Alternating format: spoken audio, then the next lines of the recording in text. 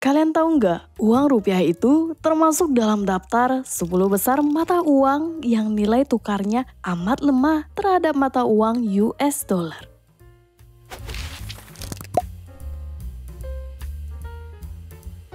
Hai semuanya, selamat datang di YouTube channel tentang uang. Jangan lupa klik tombol subscribe dan nyalakan lonceng notifikasi supaya kalian tidak ketinggalan video-video baru di channel ini.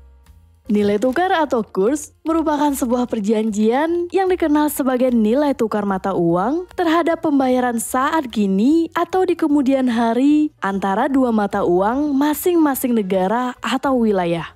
Secara sederhananya, kurs atau nilai tukar merupakan instrumen yang menjadi acuan ketika membandingkan atau melakukan transaksi menggunakan dua mata uang yang berbeda. Semenjak rupiah diperkenalkan sebagai mata uang nasional Indonesia, rupiah telah beberapa kali mengalami penyesuaian nilai tukar terhadap mata uang asing. Dahulu, Indonesia menggunakan sistem nilai tukar flat, di mana nilai tukar ditetapkan dengan acuan yang tidak berubah-ubah terhadap suatu mata uang asing.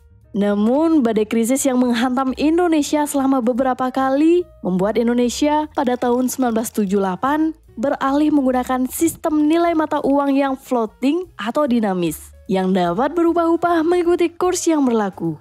Krisis yang terjadi di antaranya krisis 1965, di mana inflasi bahkan mencapai 635%. Angka ekspor menurun 24% yang membuat GDP juga berkurang. Cadangan mata uang asing juga menurun 80% hingga 90%. Kemudian krisis moneter Asia pada tahun 1997 hingga 1998, di mana krisis yang berpusat pada negara-negara di kawasan Asia ini membuat dampak krisis yang cukup berkepanjangan sampai tahun 2003. Dan di tahun 2008 kembali terjadi krisis yang dipicu macetnya kredit properti yang terjadi di US. Jika kalian tertarik dengan krisis yang pernah dialami oleh Indonesia, tentang uang sudah pernah membuat video tentang itu. Linknya sudah aku taruh di deskripsi di bawah ya. Nilai tukar mata uang kita yaitu rupiah saat ini bisa dibilang termasuk kategori yang lemah. Mata uang kita bahkan berada dalam 10 besar mata uang dengan nilai tukar terlemah terhadap US dollar. Bahkan ketika skrip video ini dibuat, 1 US dollar sama dengan 15.613 rupiah. Kok bisa sih mata uang kita lemah terhadap mata uang asing seperti US dollar? Secara garis besar, perubahan nilai tukar suatu mata uang itu dipengaruhi oleh hukum supply and demand terhadap mata uang tersebut. Bila banyak orang yang membeli suatu mata uang, maka besar kemungkinan nilai mata uangnya akan meningkat. Namun bila banyak yang menjual suatu mata uang, maka nilai mata uang tersebut akan menurun. Hal ini juga berlaku dalam perdagangan, baik yang terjadi di masyarakat ataupun perdagangan antar negara. Misalkan, ketika memasuki akhir bulan puasa dan menuju Lebaran, pasti harga-harga barang kebutuhan pokok akan meningkat. Hal ini dipicu karena permintaan akan produk dan barang jasa meningkat secara signifikan. Dengan semakin sedikitnya persediaan yang ada di pasar, maka besar kemungkinan harga dari barang-barang kebutuhan pokok ini akan menjadi mahal. Kalian pernah nggak melihat berita di mana harga jual suatu komoditas turun jauh di bawah harga wajarnya? Misalkan buah jeruk yang normalnya 1 kg seharga Rp30.000 terpaksa dijual dengan harga Rp20.000 per kilo agar lebih cepat laku atau habis terjual. Hal ini biasanya dipicu oleh terlalu banyaknya stok hasil panen namun peminat atau pembelinya sedikit. Krisis ekonomi bisa jadi faktor yang memengaruhi nilai tukar suatu mata uang terhadap mata uang asing. Indonesia sendiri sudah mengalaminya. Bagaimana krisis yang terjadi di dalam negeri maupun luar negeri akan membuat stabilitas ekonomi goyah. Ketika stabilitas ekonomi tidak pasti, maka nilai tukar suatu mata uang akan menurun karena dianggap berisiko untuk disimpan. Inflasi juga dapat membuat nilai tukar mata uang sebuah negara menjadi turun. Ketika inflasi terjadi, maka besar kemungkinan terjadi penurunan tingkat konsumsi masyarakat. Menurunnya nilai rupiah maka akan diikuti dengan meningkatnya nilai mata uang asing. Maka uang rupiah akan dianggap kurang berharga dan orang-orang bisa lebih memilih untuk menyimpan uangnya dalam bentuk US dollar atau mata uang asing lainnya. Yang mana hal ini berarti orang-orang menjual rupiahnya untuk membeli mata uang asing. Inflasi juga akan memengaruhi utang negara ketika harus dikonversikan. Utang negara, khususnya yang berbentuk mata uang asing seperti US dollar, dapat membuat keuangan negara merosot. Bila nilai tukar rupiah terhadap US dollar terus melemah, maka uang yang harus dibayarkan untuk membayar utang akan semakin banyak. Bila tahun 2014, utang Indonesia sebesar 300 juta dolar dengan kurs 11.864 rupiah, utang Indonesia itu sebesar 3.505.200 juta rupiah. Namun dengan kurs yang berlaku saat ini sebesar 15.613 rupiah, utang negara menjadi 4.683.900 juta rupiah. Artinya semakin lemah nilai mata uang Indonesia, maka utang Indonesia akan semakin naik.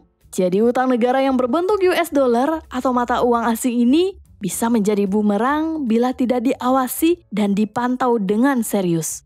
Investasi juga masuk nih dalam kategori pembentuk nilai tukar rupiah terhadap mata uang asing. Kalau kalian termasuk dalam investor yang melakukan investasi ke instrumen saham dalam negeri, kalian sudah membantu uang tetap berputar di dalam negeri. Sedangkan bila kalian membeli saham perusahaan luar negeri atau berinvestasi di pasar saham asing, berarti kalian menjual rupiah untuk membeli mata uang asing untuk keperluan investasi. Tapi aku sendiri tidak melarang kalau kalian ingin membeli saham dari perusahaan luar negeri. Indonesia sebagai sebuah negara tidak bisa lepas dari kegiatan ekspor dan impor. Kedua kegiatan perdagangan ini dilakukan untuk memenuhi kebutuhan bahan dalam negeri serta memperoleh pendapatan dari penjualan bahan-bahan hasil produksi dalam negeri. Perdagangan antar negara ini seringkali menggunakan sebuah mata uang yang disepakati untuk memudahkan proses transaksi. Hingga saat ini, mata uang yang paling sering disepakati untuk transaksi luar negeri adalah US dollar. Karena mata uang Amerika Serikat ini dianggap yang paling stabil dan diterima oleh berbagai negara. Kecuali bila sudah terjadi perjanjian dagang antar dua negara seperti Indonesia dan Cina yang sepakat menggunakan yuan dalam transaksi dagang. Ataupun Rusia yang mengeluarkan kebijakan untuk pembelian minyak dari negaranya diharuskan bertransaksi menggunakan rubels Rusia. Nah, Indonesia sendiri kan menjadi pengekspor dan pengimpor dari dan ke berbagai negara. Ketika angka ekspor berkurang, maka pendapatan Indonesia dari sektor ekspor akan berkurang. Ketika angka ekspor lebih tinggi dari impor, kita kenal dengan istilah surplus. Sedangkan bila impor yang lebih tinggi, kita kenal dengan istilah defisit. Perbandingan angka ekspor dan impor dari suatu negara juga digunakan untuk melihat bagaimana sebuah negara dalam memenuhi kebutuhan masyarakatnya. Bila angka ekspor lebih tinggi daripada impor, maka negara tersebut bisa dikatakan mampu mengatur sumber daya yang dimilikinya dan bisa memenuhi kebutuhan dalam negerinya tanpa terlalu tergantung dengan impor. Namun, bila angka impornya yang lebih besar, maka negara tersebut bisa dibilang akan sangat bergantung pada hasil-hasil produk dari luar negeri. Yang akan menjadi masalah adalah barang impor ini tentunya dibeli dengan mata uang asing. Belum lagi ketika mata uang negara tersebut melemah, maka jumlah biaya yang harus dikeluarkan akan semakin banyak. Hal ini akan membuat harga barang-barang impor menjadi lebih mahal. Sebenarnya di kawasan ASEAN ada mata uang yang lebih lemah daripada rupiah Indonesia, yaitu dong Vietnam. Bila rupiah saat ini berada di 15.613 rupiah per 1 US dollarnya, bila dibandingkan dengan dong Vietnam, 1 US dollar setara dengan 24.000 dong Vietnam. Tetapi yang harus aku garis bawahi, kuat lemahnya nilai tukar suatu mata uang terhadap mata uang asing lainnya ternyata tidak berlaku mutlak. Yang lebih penting adalah stabilitas nilai tukarnya. Dalam 10 tahun terakhir, dong Vietnam hanya bergerak dari 20.800 ke angka 24.000. Yang artinya dalam 10 tahun hanya terjadi perubahan sebesar 13,3%. Kenapa harus aku tekankan pada stabilitas nilai tukarnya? Karena nilai tukar yang stabil akan membuat stigma terhadap mata uang tersebut baik.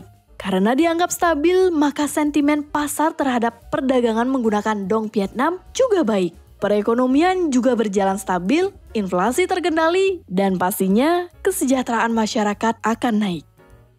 Sekian dulu pembahasan kita kali ini, semoga bisa menjelaskan tentang nilai tukar rupiah yang bisa aku bilang cukup rendah. Bila suka dengan video-video seperti ini, silahkan subscribe channel ini dan jangan lupa nyalakan loncengnya. Follow sosial media tentang uang dan jangan lupa cek video kami yang lainnya. Ingat, uang tidak bisa membeli kebahagiaan, tapi uang bisa memberi kebahagiaan. Sampai jumpa di video berikutnya.